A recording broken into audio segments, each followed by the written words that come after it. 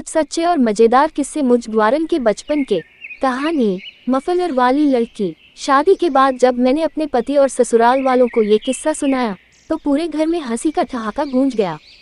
पर उस वक्त मैं सीरियस थी, बहुत सीरियस। मैं गांव में रहने वाली साधारण एक सीधी सादी लड़की। पापा का ट्रांसफर हुआ पटना और मैं ग्वारन सीधे गांव से पहुंच गई राजधानी।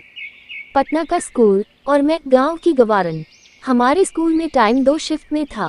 क्लास 6, 7, 8 के लिए सुबह की ठंडी हवा, क्लास 9, 10, 11 के लिए दोपहर की धूप। मैं तब 7वीं क्लास में थी। ठंड इतनी पड़ती थी कि सांस तक जम जाए।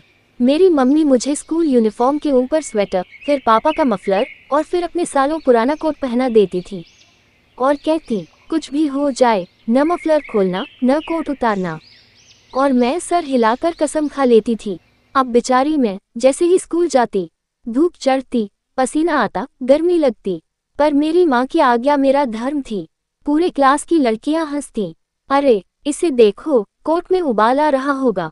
गांव की रानी आज फिर पापा का मफलर पहन के आए हैं। एक बार टीचर ने भी पूछ ही लिया, तुम्हारी मम्मी ने यूनिफॉर्म का स्वेटर क्यों नहीं बुना? मैं बोली, बुना है न, नीचे पहना है।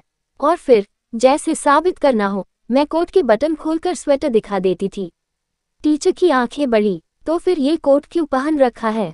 मैं मुस्कुराती, मम्मी ने मना किया है, और बटन बंद कर लेती।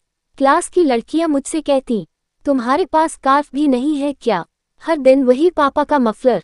मैं तुरंत मफलर खोलकर स्कार्फ दिखा देती, फिर मफलर बांध लेती। पूरी क्लास ठहाके मारती, ये तो प्रमाण पत्र वाली लड़की है, सबूत दिखा के फिर बांध लेती है। लेकिन साहब, मेरी मम्मी पापा की आज्ञा और गांव की इज्जत। कभी कोट नहीं उतरा, न मफलर। मोरल या मजा, कभी कभी हम जिन बातों को लेके शर्माते हैं, वही बातें हमारी सबसे प्यारी यादें बन जाती हैं। और वो मफलर और कोट आज भी मेरे हाथ से भरे इतिहास के राजकुमार हैं।